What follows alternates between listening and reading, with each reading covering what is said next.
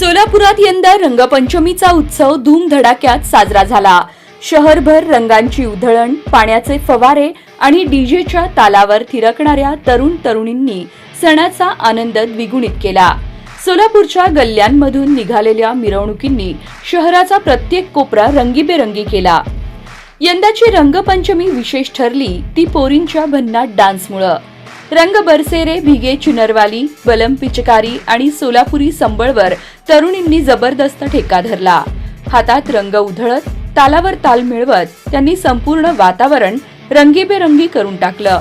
तर दुसरीकडे पोरांनीही धिंगाणा घालत होलिया में उडे रे गुलालच्या तालावर जल्लोष साजरा केला। लोधी समाजानेही आपल्या पारंपरिक पद्धतीने उत्सव साजरा केला। बैलगाडीतून मिरवणूक काढत त्यांनी रंगांचा उत्सव अनोख्या पद्धतीने साजरा केला। संपूर्ण सोलापूरकरांनी उत्साहात सहभागी होऊन या रंगपंचमीला अविस्मरणीय बनवलं। संगीत, नृत्य आणि रंगांच्या वर्षावाने शहर अक्षरशः न्हाऊन निघालं।